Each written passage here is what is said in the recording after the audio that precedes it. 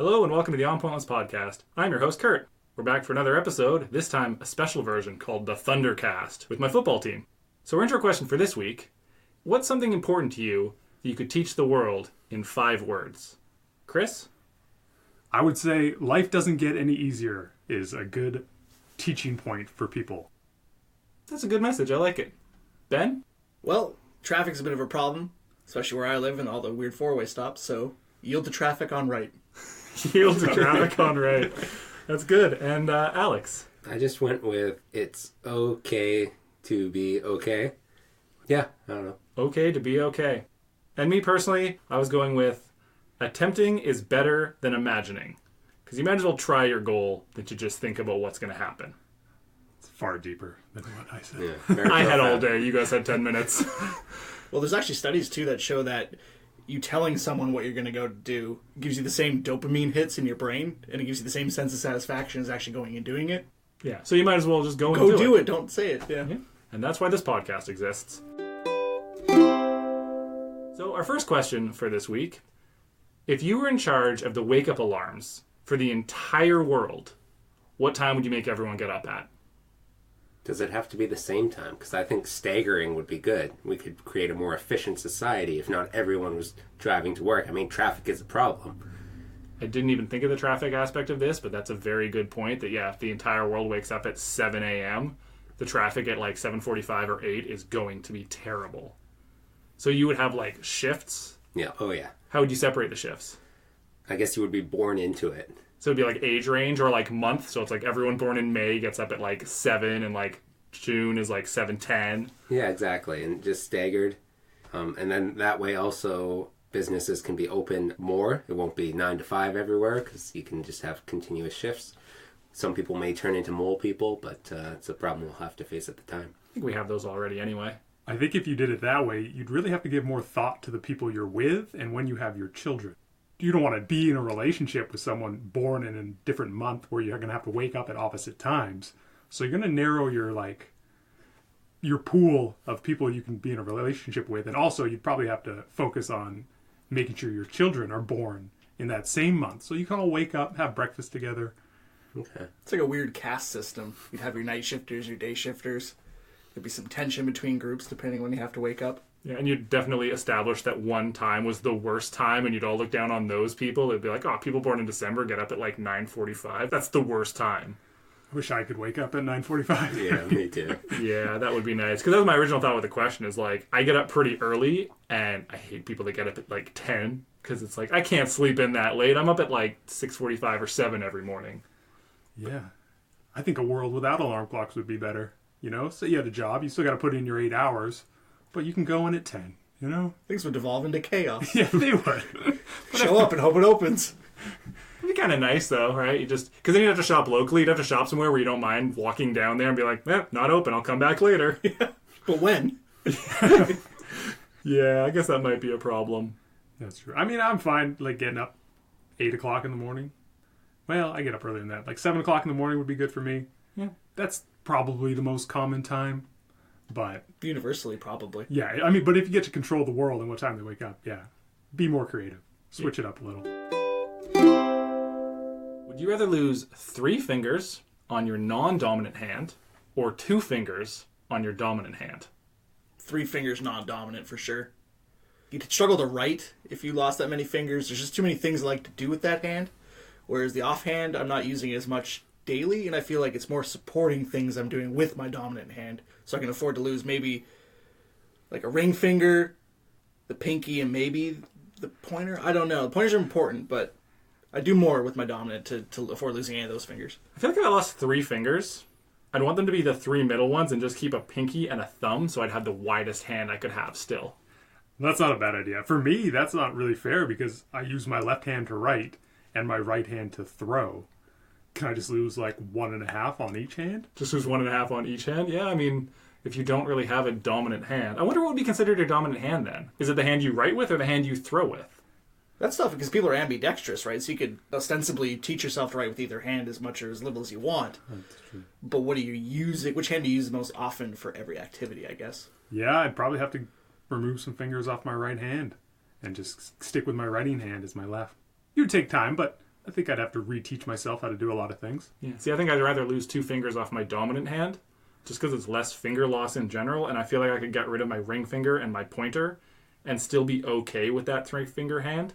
I'm not going to be as good, but I could learn to do things left-handed, whereas I think a hand with only 2 fingers is just so much less useful. Yeah, I'm agreeing with that. I'd definitely go with the dominant hand losing 2. My first thought went to, like, playing bass, and, like, losing 3 fingers on my left hand would destroy that. I think your bass career is over in either of these scenarios, No, potentially. I think if I lose 2 fingers, if I just lose that, I can still pluck with my... Fair enough. The idea there on an audio podcast with the visual example was losing his pinky and his ring finger. Messing up your dominant hand messes up your life so much. And, like, people can survive with one hand. So as long as that's your dominant hand, you're probably good. Like, I'd have to retrain 30 years of habits. But that might be kind of fun. Yeah, thinking about it as a left-handed writer, I mean, you don't really write that much anymore. I'm trying to think. I don't write that often. A lot of my notes are taken on, like, computers, right? So you could type, which would obviously be difficult no matter which fingers you lost. But texting, right? You're just using your thumbs. So I would... No, I still haven't figured out which is my dominant hand. So Yeah, and that's true. Typing's an interesting one because I feel like having more fingers would be better for typing. It doesn't matter dominant or non-dominant. Having 1 extra finger is going to help with that for your spread on the keys. I mean, obviously you would never choose to lose a thumb on either hand in this scenario. Thumb staying no matter what. Yeah. Oh, absolutely. Yeah. It's the dominant finger. I think if I was to go back, I would probably keep on my non-dominant hand my pointer and my thumb so I could pick things up very easily. Well, that'd be good because then you can still snack. Yeah. And that's very important. Chips, I can eat chips like that. I'm trying to imagine how I would use my left hand in a normal day-to-day activities, and I'm generally using those 2 fingers the most, I would argue. Get rid of the rest. That makes sense. And especially, I mean, when I was saying keep your thumb and your pinky for a wide hand, that's great. Your hand is wide. I mean, unless I'm telling someone the surf's up, like, what good is that, having a super wide hand that can't grip anything? It looks the weirdest. That's true. You can scare children at Halloween easier. It looks more like an actual accident that would happen, where it's just you lost 3 in a row as opposed to, like, you lose 2 and skip the middle somehow. It's like, how'd you do that? Rather than a judicious decision. Yeah. Okay, so final thoughts. I'm going to go with losing 2 fingers on my dominant hand. Chris? I will assume that my left hand is my dominant hand, and I will lose 2 fingers off of that. Ben? I'm going to use my left hand as my non-dominant and lose the 3 fingers. Yeah, I'm going ring and pinky off the dominant hand on the right there. There we go. We handled that one.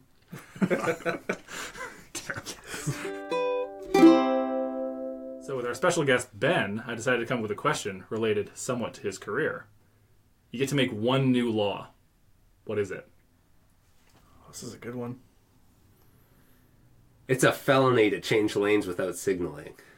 But it's already a law in the books, right? It's a Motor Vehicle Act law. It's unsafe lane change. But he's making it a way bigger deal. So you're taking an existing law and making it much more serious. Yeah, I guess that's not a new law. You're getting locked up.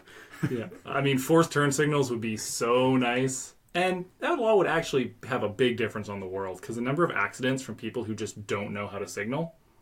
I do like you bring it to traffic, too, from our intro question. Yeah. My answer. I do feel like, I mean, of all the laws, this is a terrible point I'm going to make, but maybe it's correct, and I'll hope it is. Traffic laws are the ones that affect you the most on a given day. True.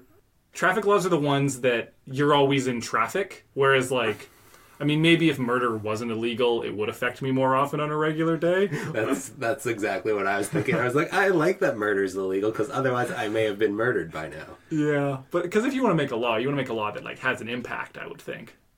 I think if I was going to make a new law, I would make it illegal to misrepresent yourself on social media. Whether it's your status or anything like that. You're projecting a fake image. You have these Instagram models living these fake lives. So you have to just be truthful so everyone knows what the real picture is if you're putting anything out there. I think that's great. And if you could remove anonymity from online, so you had to use your actual name, like full name and picture, then people would be nicer on the internet. Because you couldn't just hide behind, like, hey, I'm lolbot38 and you're a Russian hack. Like, Right. Although I get a lot of likes from a lot of hot Russians, so I don't know if I want to lose those. Is it the law? Like, what's the law behind, like, the 5-day work week? It's not a law, is it? It's not Labor a, Acts. but it's not a law. but you could make it illegal to have a 5-day work week. Nice. We're doing that. So, yeah, it's too much. You 6 days from now on? Yeah, exactly. We're upping it. Yeah, I think like 4. 4 seems reasonable. Well, and you could even make it legal for a specific number of hours. So, like, you could say 32 hours or whatever it is. Like, 4 days cannot be more than 8-hour days. Yeah, you spend way too much of your life working, you know? Why can't we just enjoy it? Why do we have to spend it all at work, behind a desk? Capitalism. I feel like it'd be the easiest to implement, too. Sure, there'd be some adjustment periods with certain types of jobs, but you could make it work. Yeah, it'd be totally fine. Everyone would be happier. And everywhere where they've done shorter work weeks, the economy has gone way up. It's been great for, like, every country that's tested that out. And productivity, too. Yeah, exactly. Because, I mean, with a 5-day work week, you're slacking most of Monday and Friday. True. That's just the way it is. Whereas with a 4-day week, I don't think that's all of a sudden going to happen anymore. Because you're like, I got 4 days, I got to get my stuff done. I mean, I find on like holiday weeks, like a short week, like 4-day work week, I'm doing more work in those 4 days than I do in a 5-day week because people are just busier. Like everything kind of just ticks up a bit. Yeah, and you don't mind doing that extra work. So you're like, I got a 3-day weekend coming. Though, that being said, I've always thought 4-day work weeks that happen after a long weekend are better than 4-day work weeks that go into a long weekend. Yes. So I'd rather work 5 days, get 3 days off, and then come back to a 4-day work week. Because then you're like, I'm coming back from the long weekend. And it's a short week. Whereas 4 days into a 3-day weekend, you're like, I could do 5 days right now. I got 3 days off coming up. That's true. But in my world, you won't have to work 5 days into a 3-day weekend. It'll be 4 days into 3-day weekends forever. That's true. So you'd be 4 days going in and 4 days coming out. That's pretty good. And then holidays. Get down to those 3-day work weeks. Oh, there we go. Do you think that would be the trade-off with your law, less stat holidays? I could take that trade-off. A lot of the stat holidays are made up anyways. That's true. Are you telling me family days made up? No, that's the most legit one we Okay. have, yes. Yeah, we all have families, guys. Well, speak for yourself. I'm sure Ella will be happy to hear that. Yeah. Speaking of Ella, she already is living this dream. She only works Monday to Thursday every week. I'm so jealous of Ella's shortened work week. It's What every does she Friday. do? She's a physiotherapist. I'm jealous. Yeah, that's what I want to do. I just want Nice. 4-day work weeks. Yeah, my new law I was thinking of is, it's funny, I never went to post-secondary. I hate how much they charge for textbooks and that there's no resale value on textbooks. My new law would be that all textbooks for universities would be free. I'm not going to change tuition or any of that. Just make the textbooks free so they don't reprint new textbooks every year with a minor change that you have to buy and ruins the resale value on your old textbook. Because students need all the help they can get. There's got to be some environmental factors there. Because, like, that's a lot of paper. It's like every year there's a new textbook. Well, the thing is, though, they can make the textbooks digital, but they just still charge you $300 for a digital textbook, and you can't resell it. So if there was an environmental impact and the companies, they're holding the dime that they have to keep making all these textbooks for free, they would 100% switch those to digital. So then it would save the environment, too. Not to mention you would take away the dynamic where professors are writing their own books, making it mandatory for their classes, and reaping all the profit. Yes. So any textbooks they write for their class would have to be meaningful and purposeful in that class. Exactly. And then you would get better written textbooks because the teacher would only write one when he goes, there's something new that needs to go in here that's important. Why can't you just have addendums on textbooks? Yeah, exactly. And if it was digital, you can really easily put an addendum onto a textbook. Whereas now it's like, no, we had to print a whole new copy. That one you bought for $300 last year, it's $15 now. But I guess the downside is people are still going to cut me off in traffic without signaling. So Yeah, I got you covered there.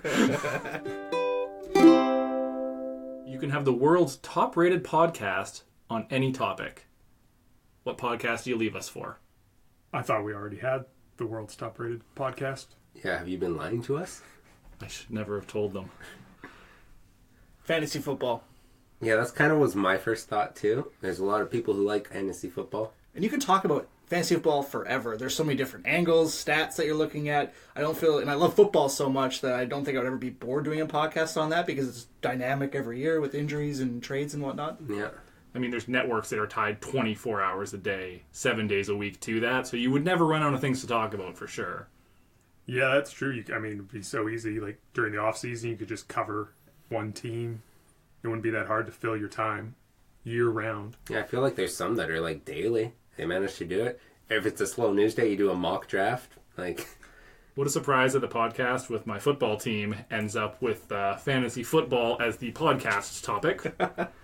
Yeah. I was thinking of doing one on science. If I had the top-rated science podcast, because science is super interesting, and then like everyone's listening, so you get all these like crazy scientists coming in with whatever their latest research is.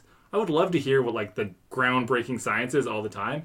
And then, I'm not a scientist, I would still present myself like I was one, and everyone would think I'm super smart, even though I'm not necessarily super smart. Like Alex Trebek. Wait, you're trying to tell me he's not smart? I'm sure he's amazingly smart, but it helps that he has all the answers. It's true, he does have the answer key. You know, it'd be funny. You could just do it on your own life, and it could be super boring, but it's still the top-rated one. So you just be like, I woke up today, and you just talk about your day with guests. It wouldn't be intriguing for anybody, but it become so monotonous after a while, but people would have to listen to it because it becomes such a cult. But people would be entertained. Like, because if you listen to the same person's life every day, you'd know so much about them. You'd be invested. Like, you're basically turning your life into the Truman Show, except without cameras. It's just audio. As soon as it's like, man, I tried on a new type of pepper today that I didn't even know existed. Everyone's like, oh, I wonder what kind of pepper it was. Was it a cayenne? Was it a chili? Like, we need answers. Yeah, and then everyone would always be talking about it. You'd be like, did you hear what Chris did yesterday? Yeah. Cardamom in his soup. I don't know why I went to food for everything, but... Well, because, I mean, food takes up, like, that's my focus basically all day, every day. What am I going to eat for my next meal? So, and it's very relatable. Everyone eats. Everyone does. Lots of different options, you know. If you do food, you can turn into an ASMR full podcast. Listen to the crunch on the grilled cheese. Oh, yeah. Oh, yeah. A little bit of like, oh, we're boiling the water for the soup. That was great boiling. Real accurate. Would it be a live podcast? You could It's do like a live 24 hour. You can just listen to me sleep. It's top rated, so you can do what you want. It's up to you. If you want people listening to you sleep. Don't even snore or anything. It's just silence. It's just silent. You hear me pushing my dog off of me. If you did that, though, if you did like a 24-hour podcast and just like followed you had like a mic on you at all times, I would totally have a laugh track going. So you're walking down the street and be like, hello there. Like, just the most annoying laugh track at nothing. Theme song, too. So it's like you open a door or something and walk into a room and there's a little boom, ba-doom, boom. Yep. Like the Seinfeld bass. Yeah. Bang, bang, bang. Just everything you do. And it'd be like, oh, I guess he went in somewhere. That would be interesting. Podcast about Chris. What do you call the Chris podcast? You just named it. It's the Chris podcast. And there's so many Chris's in the world. Gosh. Very They can all relatable. relate to it. Yeah. You'd be the world's most famous Chris. Your audience is all Chris's. Whoa. That's why it's top rated. That's why it's top rated. Yeah. Me and a bunch of 80s babies listening to the show. You get to sing a karaoke duet with anybody you want. Who do you pick and what do you sing? Living or dead? Sure, let's go living or dead. Okay. Or living and dead, if you want. Zombie. Ooh, Rob Zombie, yeah. Now, that's a tough one. Like, I don't know what song, good duet. My first thought was like, what is it, Bat Out of Hell or whatever by Meatloaf. But it's like, I don't really like Meatloaf, but that song's great. It's really funny that you say that because the person I was going to pick was Meatloaf. Yeah? That was the singer I was going to sing with. I love Meatloaf and he'd be so fun because I was going to sing Bohemian Rhapsody with Meatloaf. And I think it would be super fun. Oh, I see. Song and singer. Yeah. Okay. Oh, okay. There we That go. changes everything. Yeah, you're picking a singer, well, Yeah. anybody, and then a song to sing with them. Because, like, Meatloaf, he didn't invent it, but he, like, made rock opera such a huge thing. But Bohemian Rhapsody was, like, one of the first, like, rock opera kind of songs. It'd be a great combination to me, and Meatloaf is amazing. You get some, like, value out of it because it's a pretty long song, right? Yeah, I feel like I'd want to do a long song so I could be up there for enough time for everyone to be like, get off the stage. That's really what karaoke's all about. It won't take long. What's that Journey song? I know that... Don't Stop Believing? Thank you. I would do that with Axl Rose. Ooh. Ooh, Why you like Axl Rose? Because I feel like he could put a really good twist on it. If we're talking Axl Rose in his prime, he could hit those notes and make it his own sort of Guns N' Roses style, and it's one of the greatest songs of all time. I could see that. I could see a Don't Stop Believing Guns N' Roses cover.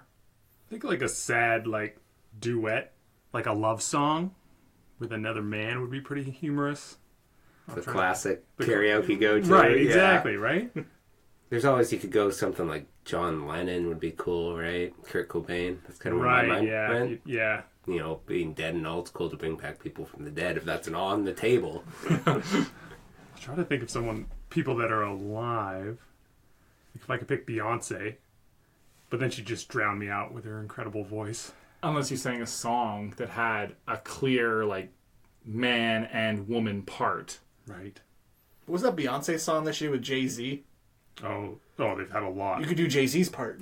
You know that first one where she's walking in with the white shirt and the short shorts? I know exactly what you're talking about. Crazy in Love? Crazy in Love, yeah. Except I would do Beyonce's part. Make her do the Jay-Z part. Better start practicing in heels. Yeah. Pick an absolute amazing singer and then make her do just like a rap song where they don't get to sing. I can't think of a good song to do, but I would probably go with Neil Fallon if I'm not bringing back a zombie. And he's the singer of Clutch. As I may have previously mentioned, I'm a fan. But I don't know what song would... Yeah, Bohemian Rhapsody is good. I think Bohemian Rhapsody is just like the funnest karaoke song. At my wedding, Chris and his family sang Bohemian Rhapsody, and it was a 7.5-minute saga. It was epic. Yeah, I was in a full sweat after it. We got actually a standing ovation. We didn't even know the entire wedding was watching us until like the last few moments of the song. And it was a big hit. The best part is there was no karaoke at my wedding. Okay. Well, I mean, that context. We were just loud enough. We were over the song. I would pick I Believe in a Thing Called Love by The Darkness. That's a great karaoke song. It's easy to sing. And then who would I pick to sing it with me? I don't even know the guy's name from The Darkness, so I can't pick him. Justin Hawkins. For real. Yeah. Wow. I did not think anyone was going to nail that name. Also, how's that easy to sing? It's just amazing. I mean, you don't actually say words. You just harmonize. Yeah, exactly. It's epic. Okay. And who would I have sing it with me? You know what? Give me Eminem. I grew up listening to Eminem, right? Like most white kids who grew up in the suburbs. Eminem. I believe in a thing called love with Eminem. I think it'd be fun. He's been working on his singing chops over recent years. Yeah. I think he can nail it. Let's do it. I think that'd be a lot of fun. And then everyone would be like, I didn't know this song had a rap verse in the middle. Be fantastic. Perfect. I have a question. You have to remove one of the following from your kitchen. Your fridge, oven, or both sink and dishwasher. What do you get rid of? Ooh, adding the sink in, because the dishwasher is the easy out. That's exactly why I had But to with add the it. sink, because you want water available in your kitchen. Oh, I didn't think of that. Like, you're still going to have water in the house. Like, you're going to have to go to the bathroom. Yeah, that was my next question. How big is your house? Where's the nearest laundry room, bathroom? How about your house? Yeah, just think of it as your house. It's just going to be an inconvenience. Yeah, more my than house anything. is pretty small. But none of my bathroom sinks are big enough for me to put pasta into, right? When I'm draining the pasta. And the amount of time I spend draining pasta in a sink, like, there's no other great way for me to do that. Running water into a pan, like, bathroom sinks don't have enough clearance to fill things properly with. You could install a large bathroom sink. Just a very deep Yeah. bathroom sink. You're like a trough sink? I feel like you shouldn't be able to modify your house, though. I feel like it should just be your existing house. Which one do you want to get rid of the most? Well, which one do you not mind getting rid of the least, more so? Because no one wants to get rid of any of them. Yeah. If you don't have a fridge, and obviously freezer, you're just going to have to be buying food constantly. It'd almost be easier to, like, take on a vegetarian lifestyle. That's what I was thinking, that if you got rid of the fridge, you would probably be healthier. You'd end up eating a lot of fresh fruit and vegetables, things that don't spoil. I would hope for that to be the case, but I know that I'm lazy, so it would be cans of soup and Alphagetti and super salty meals all the time. Also, leftovers are my favorite meal. No matter what my favorite dish is, I prefer it left over, because that's food you don't have to work for, you just get now. So not having a fridge to store leftovers would kill me. So the problem with removing any of these things is it creates a major inconvenience. Yes. You remove your fridge, you're going to be unsanitary, you can't keep meats, things like that. You remove your sink and dishwasher, of course there's the dishes aspect of it. Oh, I didn't even think about dishes. Mm-hmm. And then the oven, for me, it's inconvenient because you can't have quite the breadth of meals, but you still have a microwave. So I think if I had to pick one, I would probably get rid of the oven. Because I have an alternative right there that I could use to heat things up. That makes sense. I'd feel gross cooking everything in a microwave, but at least there's an option. I currently have a toaster oven, so that would kind of get me around that a little bit. Okay, I was thinking like you start doing a lot more barbecuing, Yes. Ooh. right? So that might actually be. But then, do you really want to barbecue in the winter? Absolutely. Yeah. Okay. I'm all for that, but I currently don't have a barbecue at my place. You got to keep the you have to keep the fridge, right? Fridge is non-negotiable for me. Getting rid of the fridge would become the biggest inconvenience because you'd have to go to the store almost daily, and you'd also food waste. You'd have nowhere to put your leftovers. I like to meal prep, so if I can't do that, that just means I'm gonna have to make my lunches every day, have them ready. Yeah, and I mean, unless you're eating just canned food. Yeah, you're going to have to make dinner every single day if you don't have a fridge. You're going to have to go buy it and then make it most days. That'd be tough. Though, personally, I'm still kind of leaning towards fridge. Because I think it would be a fun challenge. It would be fun to try and live without a fridge. You'd eat so much fresh stuff. And once it became part of your routine, where it's like, what do I want for dinner tonight? Stop at the grocery store. I feel like I'd eat a lot of salads because you'd have to buy proper for your portion size. You might have even less waste because you'd always be buying for your portion size. But then I couldn't have condiments ever. Well, that's not true. I mean, a lot of mustard-based ones are their own preservative. I was going to say, yeah, peppers too. I think like some hot sauces probably don't need to be refrigerated. Mayo's out of the question now. Yeah, no mayo.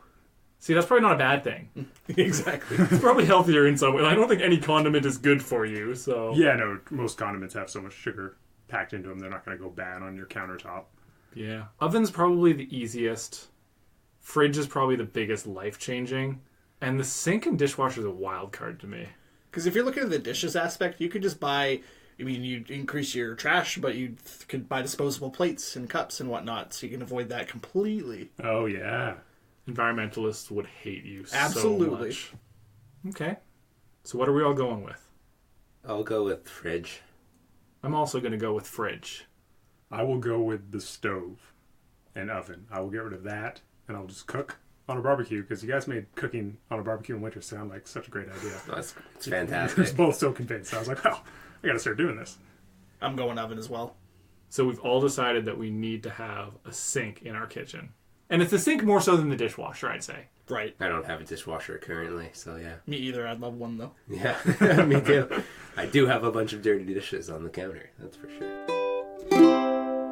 If you had a kid, but could only ever show them one toy or game from your childhood, what would you pick? I think a video game gives them the most play. My first thought was like Crash Bandicoot. Oh, okay.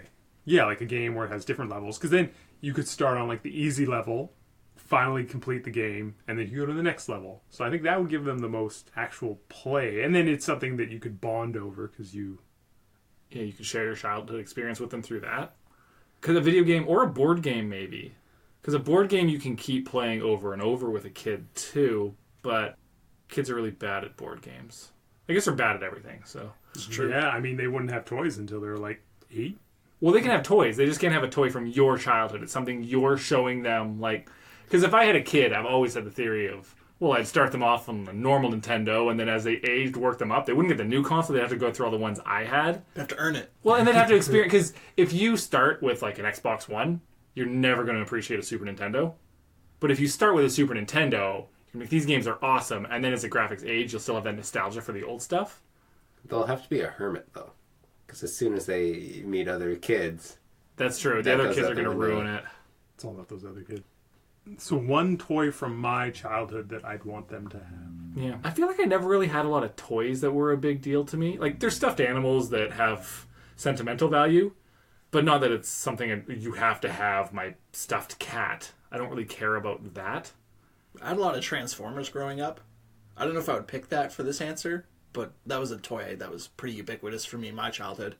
Ooh. That made me think of something like Lego or like... Well, that's what I was leaning towards is Lego, because is that too broad? Because it's is one brick a toy, or is the whole set? Where I'd do say you the draw whole the line? I'd say the whole set is a toy. Lego is the toy from your childhood. Right. Lego is the most creative. You can have the most time spent with them on it, probably. Because the problem with the video game, once you beat it a few times, it's going to be old news. That's true. Mm-hmm. So unless you're going broader with the actual console, the whole console with unlimited games, but I think that's beyond the scope of the question. It's No, one game. I think it'll be one game. Exactly. Yeah, Lego's probably the one giving them the most benefit. Although, Lego's still a thing. So if you didn't show them Lego, they could still find Lego. That's true. Are we thinking of obsolete toys? Well, I mean, Lego was a toy from your childhood, though, so you couldn't show. But yes, they could find it on their own, I guess, maybe.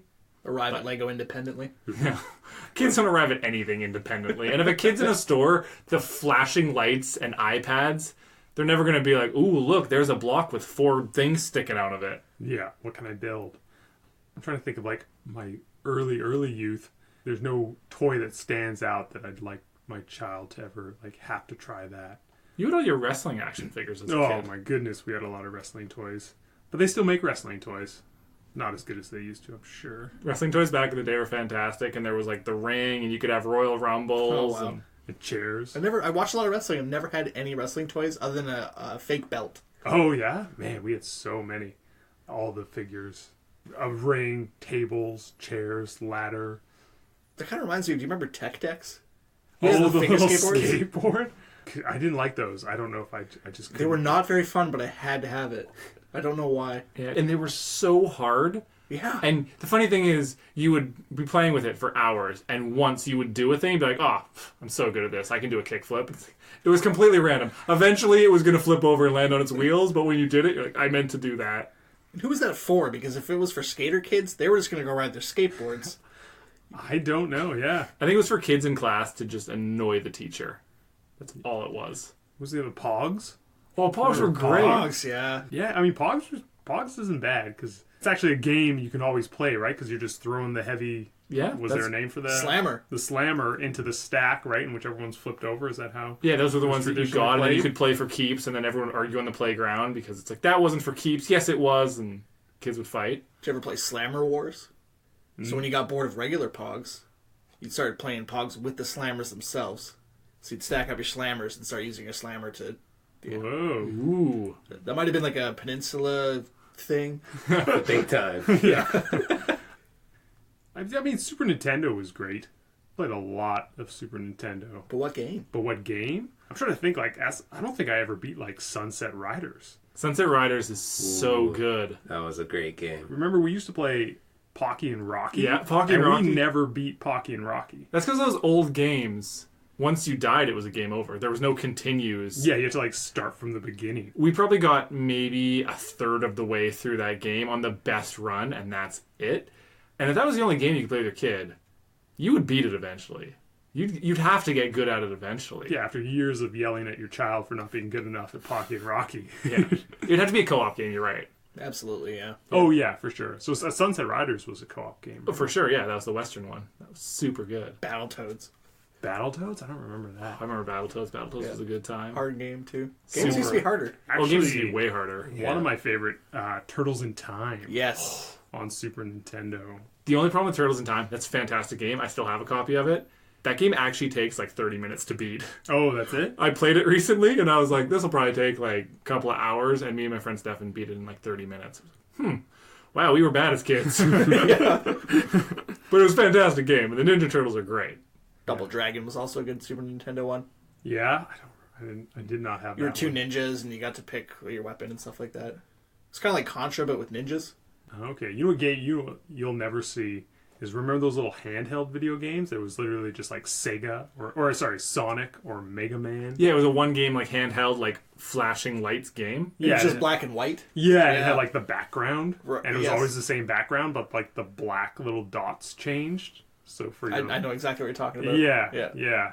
But I would never put my child through that. Those games were awful. They were all bad. Yeah. Do you think a trampoline counts as a toy or game? It's like a sports equipment, almost. Yeah, exactly. Yeah, it seems That's too kinda what I big was because thinking. the trampoline. Yeah. I mean, if you hate your children. Trampolines were great. We had the summer of slam ball. We used to do Royal Rumbles. Yeah, there's tons you can do on a trampoline. And, I mean, some kids are going to get hurt, but that's all part of growing up, I think. Yeah, that's true. If you don't get hurt as a kid, you're a wimp as an adult. So, True. I mean, I don't know if you remember sock and boppers, but that was a lesson. Oh, we popped our fair share of sock and boppers. Oh, yeah, I, like, knocked my little brother out with a sock and bopper. That's a class action lawsuit waiting to happen. Yeah.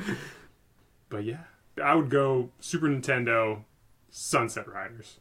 If I had to pick, and this is going to be a weird pick, and you guys might not remember this, Do you remember Mighty Max toys? Yep. They were a little like snake head or whatever it was. Exactly. They were the male version of Polly Pockets. Yes, I do remember those. Because they had a cartoon to go with them too. Exactly. Not that it was exceptionally important to me as a child, but if you can make fun with that toy, you can make fun out of anything in terms of self-soothing and making your own fun. That's true. That would be really good for the imagination. I'm just thinking, like, as a kid myself, my favorite toy was when I got, like, a Game Boy Color with Pokemon. So I'm going to say that. It's not very co-op or anything, though, but then at least I'd have some free time away from my kid. Pokemon was a really good time. When Pokemon Red and Blue came out, I got one of those for Christmas one year, and that was one of my favorite Christmases ever. I didn't get on the red and blue train, but all my friends had it. And then the next Christmas, I got yellow with like a Pokemon-themed Game Boy. And yeah, that was by far the best Christmas. And I think for me, there was this toy we got for Christmas one year, and it was an Indiana Jones domino set that had a boulder that would shoot from a thing and a paper airplane that would fly off and hit other dominoes, and there was marble tracks and everything. And it was a super complicated domino set that you could set up. It takes hours to build, and then you press it once and the whole thing has to be reset. It'd be a lot of fun setting up dominoes with my kid. Unless he had a tremor. Oh, no. That's it for another episode of the On Pointless Podcast. Thanks again for listening. We're 10 episodes in, and so far the support has been great. But of course, we're always trying to grow that fan base. So if you have any friends, please feel free to tell them about the show and try and get some more listeners out there. So far, our goal is to hit all 50 states, and we're stuck on 8. So if you know anybody in any of those weird states, you let them know about us. Thanks a lot. We'll see you next time. Bye.